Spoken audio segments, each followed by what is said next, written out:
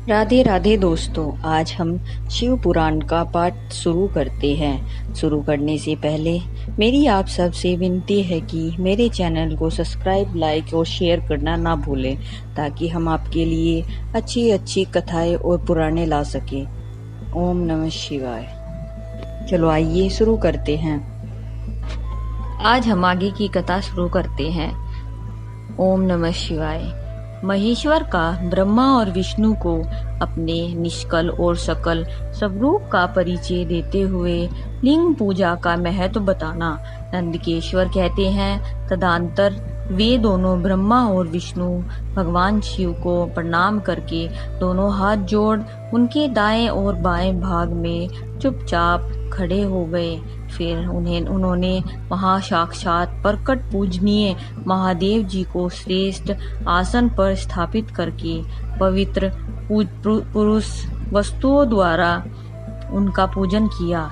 दीर्घकाल तक अविकृत भाव से सुस्थिर रहने वाली वस्तुओं को पुरुष वस्तु कहते हैं और अल्प काल तक ही टिकने वाली अक्षण भंगुर वस्तुएं प्राकृत वस्तु कहलाती हैं। इस तरह वस्तु के ये दो भेद जानने चाहिए।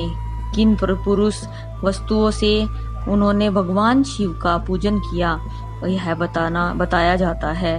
हार, नूपुर, कयूर, किरीट, मणिमय, कुंडल, यज्ञोपवीत, उत्तरीय वस्त्र, पुष्प, माला, रेशमी वस्त्र, हार, मुद्रिकाएं, पुष्प, तांबुल, कपूर, चंदन एवं अगुर का अनुलेप, धूप, दीप, श्वेत छत्र, व्यंजन, ध्वजा, चवर आदि अन्य दिव्य उपहारों द्वारा जिनका वैभव वाणी और मन की पहुँचने से परे था, जो केवल पशुपति परमात्मा के ही योग्य थे और जिन्हें पशुवत जीव कदापि नहीं पा सकते थे। इन दोनों ने अपने स्वामी महेश्वर का पूजन किया। सबसे पहले वहां ब्रह्मा और विष्णु ने भगवान शंकर की पूजा की। उससे प्रसन्न हो भक्ति पूर्वक भगवान शिव ने वहां नरम भाव से खड़े हुए उन दोनों देवताओं से मुस्कुराकर कहा। महेश्वर बोले, पुत्रों, आज का दिन एक महान दिन है। इसमें तुम्हारे द्वारा जो आज मेरी पूजा हुई है, इसमें मैं तुम लोगों पर बहुत प्रसन्न हूँ। इसी कारण यह दिन परम पवित्र और महान से भी महान होगा। आज की यह तिथि शिवरात्रि के नाम से विख्यात होकर मेरे लिए परम प्रिय होगी। इनके समय में जो मेरे लिंग, निष्कल अंग, आकृति से रहित निराकार शिव रूप के प्रतीक वैर सकल सकार रूप के प्रतीक विग्रह की पूजा करेगा, वह पुरुष जगत की सृष्टि और पालन आदि कार्य भी कर सकता है। जो शिवरात्रि को दिन रात निराहार एवं जितेंद्रिय रहकर अपनी शक्ति के अनुसार निश्चल भाव से मेरी यथोचित पूजा करेगा, उसको मिलने वाले फल का वर्णन सुनो। 1 वर्ष तक निरंतर मेरी पूजा करने पर जो फल मिलता है, वह सारा फल केवल शिवरात्रि को मेरा पूजन करने से अपने मनुष्य तत्काल ही प्राप्त कर लेता है। जैसे पूर्ण चंद्रमा का उदय समुद्र ही वृद्धि का अवसर है, उसी प्रकार यह शिवरात्रि तिथि मेरे धर्म की वृद्धि का समय है। इस तिथि में मेरी स्थापना आदि का मंगल में उत्सव होना चाहिए। पहले में जब ज्योतिर्मय स्तंभपुर से प्रकट हुआ था, वह समय मार्गशीर्ष मास में अर्ध नक्षत्र से युक्त पूर्णिमासी या प्रतिपदा है। जो पुरुष मार्गशीर्ष मास की अर्ध नक्षत्र होने पर पार्वती सहित मेरा दर्शन करता है अथवा मेरी मूर्ति या लिंग की ही झांकी करता है, वह मेरे लिए कार्तिकेय से भी अधिक प्रिय है। उस शुभ दिन को मेरे दर्शन मात्र से पूरा फल प्राप्त होता है। यदि दर्शन के साथ मेरा पूजन भी किया जाए तो इतना अधिक फल प्राप्त होता है कि उसका वाणी द्वारा वर्णन नहीं की हो सकता। वहाँ पर भी लिंग रूप से प्रकट होकर बहुत बड़ा हो जा गया था। अतः उस लिंग के कारण यह भूतल लिंग स्थान के नाम से प्रसिद्ध हुआ। जगत के लोग इसका दर्शन और पूजन कर सके, इसके लिए यह अनादि और अनंत ज्योति स्तंभ अथवा ज्योतिर्मय लिंग अत्यंत छोटा हो गया।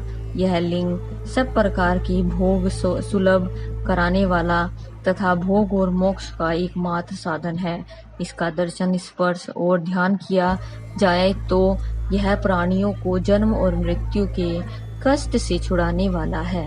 अग्नि के पहाड़ जैसा जो यह शिवलिंग यहाँ प्रकट हुआ है, इसके कारण यह स्थान अरुणाचल नाम से प्रसिद्ध हुआ।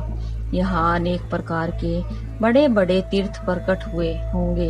इस स्थान में निवास करने या मरने से जीवों का मोक्ष तक हो जाएगा। मेरे दो रूप हैं, सकल और निष्कल। दूसरे किसी के लिए ऐसा रूप नहीं है। पहले मैं स्तंभ से अधिक प्रकट हुआ, फिर अपने साक्षात रूप से ब्रह्म भाव मेरा निष्कल रूप है और महेश्वर भाव सकल रूप। ये दोनों ही सिद्धि रूप हैं। मैं ही पर ब्रह्म परमात्मा हूँ। कलायुक्त और अकल मेरे ही स्वरूप हैं। ब्रह्म रूप होने के कारण मैं ईश्वर भी हूँ। जीवों पर अनुग्रह आदि करना मेरा कार्य है।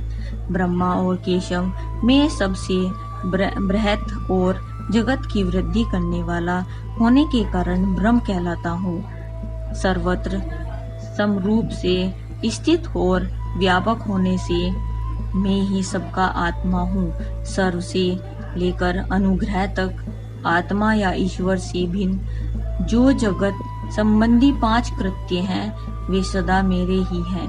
मेरे अतिरिक्त दूसरे किसी के नहीं हैं, क्योंकि मैं ही सबका ईश्वर हूँ।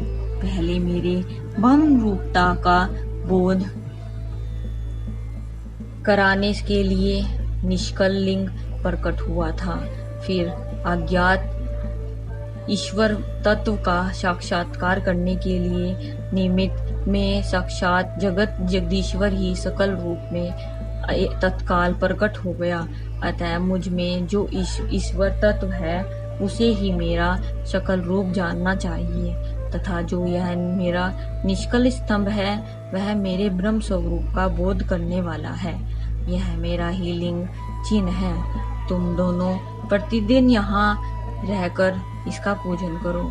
यह मेरा ही स्वरूप है और मेरे समीप्य प्राप्ति कराने वाला है। लिंग और लिंगी में नित्य अभेद होने के कारण मेरा इस लिंग का महान पुरुषों को भी पूजन करना चाहिए। मेरे इस लिंग की स्थापना करने का यह फल बताया गया है कि उपासक को मेरी समानता की प्राप्ति हो जाती है। यदि एक के बाद दूसरे शिवलिंग की स्थापना कर दी जाए तब तो उपासक को फलस्वरूप से मेरा साथ एक तत्व समयुज्य मोक्ष रूप फल प्राप्त होता है। प्रधानतः शिवलिंग की स्थापना करनी चाहिए। मूर्ति की स्थापना उसकी अपेक्षा गौण कर्म है।